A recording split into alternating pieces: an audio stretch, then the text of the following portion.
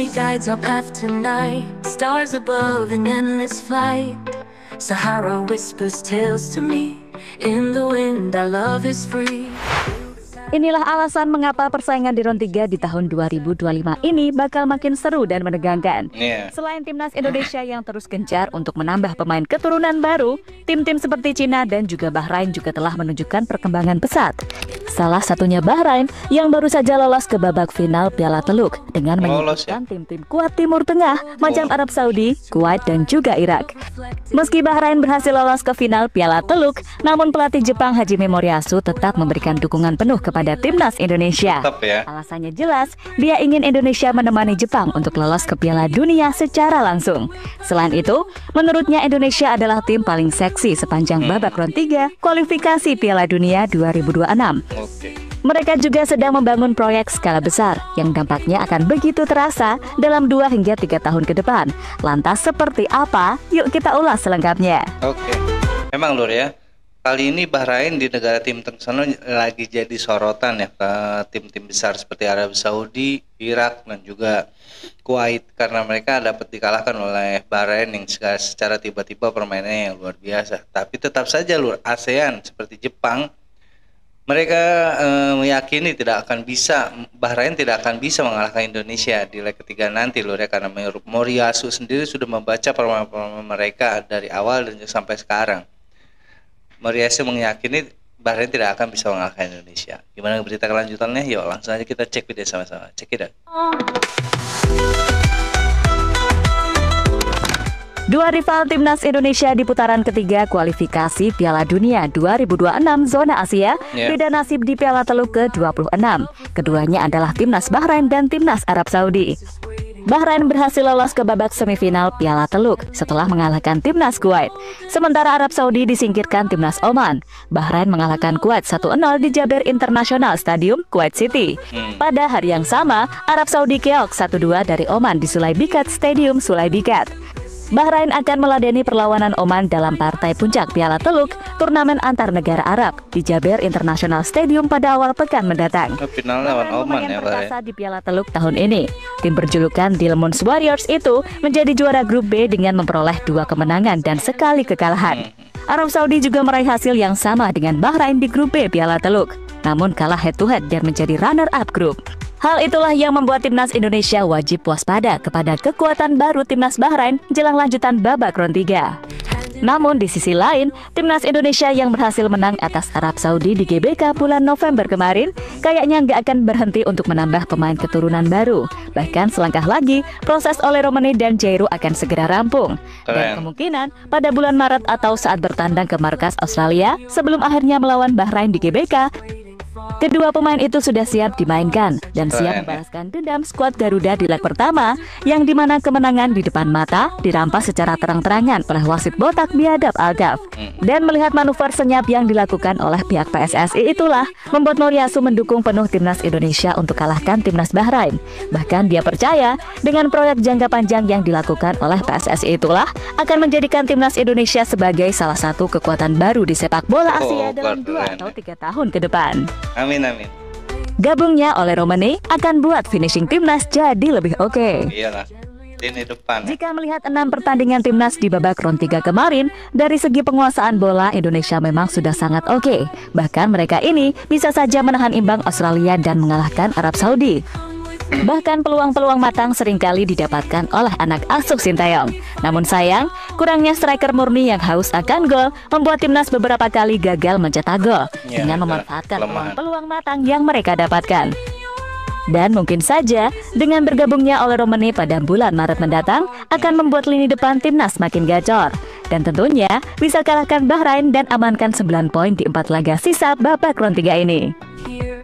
Moriyasu kembali bocorkan cara kalahkan Bahrain. Seperti kita tahu, kalau kemenangan 5-0 Jepang atas Bahrain tak mereka dapatkan dengan mudah. Mereka harus menguatkan mental pemain karena ulah supporter Bahrain yang terkenal sangat rese. Ya, meskipun mendapat gangguan dari para supporter tuan rumah, Jepang pada akhirnya tetap mampu menunjukkan kalau level mereka tetaplah tinggi, sehingga beragam gangguan yang ada tak mempengaruhi performa mereka di atas lapangan. Terbukti, 5 gol berhasil mereka sarangkan, dan hasil itu sukses membuat Jepang untuk saat ini menduduki puncak klasmen grup C dengan poin 6, serta mampu mencetak total 12 gol dari 2 pertandingan tanpa sekalipun kebobolan. Dan terkait soal timnas Bahrain yang akan dijamu Indonesia setelah ini, Jepang pun seperti memberikan kode kalau Bahrain ini tim yang jauh lebih licik.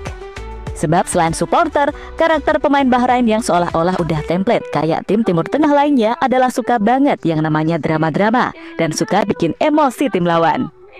Australia yang di laga pertama juga sudah merasakan itu semua, termasuk kartu merah Kusini Yenggi yang entah emosi atau emang gak sengaja, beneran sampai nerjang dada pemain Bahrain. Intinya karakter tim Timur Tengah emang gitu. Bahkan saat Indonesia bermain tandang, banyak hal-hal yang tentunya sangat merugikan kita, termasuk para pemain yang suka sekali drama hingga keputusan kontroversial wasit di akhir pertandingan. Dan atas dasar itulah membuat Haji Memoriasu sangat yakin kalau Indonesia bisa tumbangkan Bahrain di GBK nanti.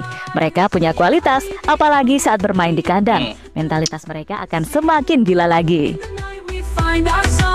Ya Lur ya, dengan permainan Bahrain sekarang kita harus lebih waspada di lawan ketiga nanti Lur, karena memang Bahrain sudah banyak sekali perubahan ya.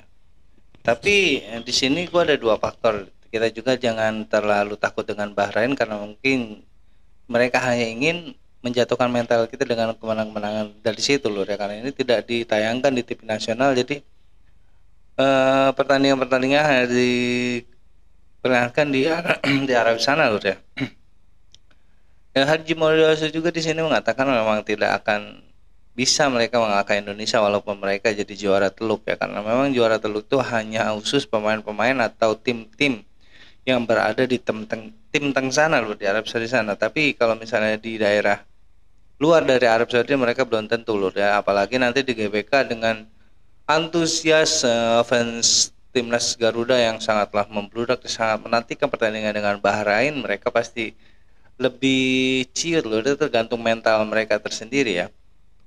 Dan juga timnas Indonesia harus waspada dengan trik-trik drama-drama dari Bahrain yang terkenal licik dan curang. Dan mudah-mudahan di pertandingan nanti melawan Indonesia, Bahrain, FIFA atau dari AFF sendiri, FIFA menurunkan wasit yang adil Lur ya, jangan seperti Ahmad Al-Kaf yang terkenal curang itu Lur ya. Dan juga permainan Indonesia harus lebih dahsyat lagi, karena memang diberitakan tadi Ole dan juga Jero pasti akan bergabung di pertandingan melawan Bahrain nanti. Itu akan menjadi striker dan juga lini depan yang sangat kuat untuk timnas Indonesia. Seharusnya dapat mengalahkan Bahrain dengan skor yang telak Lur, seperti Jepang mengalahkan Bahrain dengan skor 5-0. Itu sangat luar biasa Lur. Kita lanjut. Pak Erik siap beri balasan sepadan timnas Bahrain di GBK. Ini Seperti kita tahu, kalau skuad Garuda saat bertandang ke markas Bahrain kemarin emang gak mendapatkan perlakuan cukup baik. Bahkan mereka sangat dirugikan dengan keputusan-keputusan aneh dari sang pengadil lapangan. Melihat hal itu, kita jadi teringat statement Pak Erick Thohir beberapa waktu yang lalu, di mana beliau berjanji akan melakukan balasan jika Indonesia diperlakukan kurang baik saat bermain away. Dan sudah menjadi hal umum kalau pembalasan biasanya akan lebih kejam. Ya, memang sih, tiap tuan rumah pasti punya siasat masing-masing untuk bisa menang. Tapi kalau caranya benar-benar dirasa kelewat batas, ya udah, pastinya Pak Erick gak akan tinggal diam. Sebab beliau sendiri yang menegaskan hal itu beberapa waktu yang lalu. Dan kita makin gak sabar untuk melihat balasan dari Pak Erick Thohir kepada timnas Bahrain. mungkin ada balasan yang tersimpal untuk yang setimpal untuk Bahrain nanti Lur ya. Pak Erick Thohir di sini sudah menyiapkan. Dan kita tinggal tunggu aja apa balasan dari Bapak Erick Thohir kepada Bahrain yang telah meliciki Indonesia waktu itu Lur ya. Mungkin aja ya namanya balasan akan lebih parah, tapi jangan terlalu keciri juga untuk Bapak Erick Thohir kalau ingin membalas Lur ya, karena memang kan takutnya timnas Indonesia sendiri nanti malah kena diskualifikasi Lur ya. Kita lanjut. Dan terlepas dari apapun, pokoknya menghadapi 2 laga di bulan Maret nanti, semua elemen timnas tetap pede aja dan tampil kayak biasanya. Toh di 2 laga tersebut 99% Indonesia udah bisa diperkuat oleh Max Hilgers, Kelvin Dix, dan Ole Romani. Harusnya sih 3 pemain itu bisa memberikan nilai tambah ke dalam kualitas tim yang secara umum sudah cukup baik. Intinya, 6 poin benar-benar sangat bisa diraih atas Australia maupun Bahrain di bulan penuh suci nanti. Ya loh deh, dengan pertambahan pemain-pemain yang luar biasa seperti striker dan juga Kevin Dix nanti udah bisa bermain karena sudah pulih dari cederanya, itu harusnya menambah performa yang lebih baik lagi untuk timnas Indonesia, karena memang ditambahnya pemain keturunan yang luar biasa ini sudah dipastikan Indonesia akan melaju ke lebih bagus lagi permainannya. Tidak seperti sebelumnya Lur ya, yang diprediksikan melawan Cina akan menang ternyata kalah. Karena memang dari awal gue lihat setiap pertandingan sepak bola Indonesia melawan apapun itu dari lini depannya kurang gebrakannya Lur. Jadi strikernya kurang dan tengah. Kalau misalnya untuk bawah atau back lini bawah tuh Indonesia udah bagus Lur, kalau menurut tuh buat pertahanannya. Cuman penyelesaian bola di akhirnya ya kurang bagus Lur ya, karena memang kita membutuhkan striker seperti Zero dan juga Oli Romani. Dan nanti saat melawan Bahrain dan juga Australia dan juga Cina di GBK, melawan Australia di Australia, Oli Romani dan juga Zero sudah bermain, itu akan menjadi daya dobrak yang luar biasa untuk timnas Indonesia. Mudah-mudahan Indonesia dapat meraih 9 poin dan melaju ke semifinal Piala Dunia. Amin ya rabbal alamin. Oke, sekian reaction dari gue kali ini Lur, kurang lebih gue minta maaf. Assalamualaikum warahmatullahi wabarakatuh.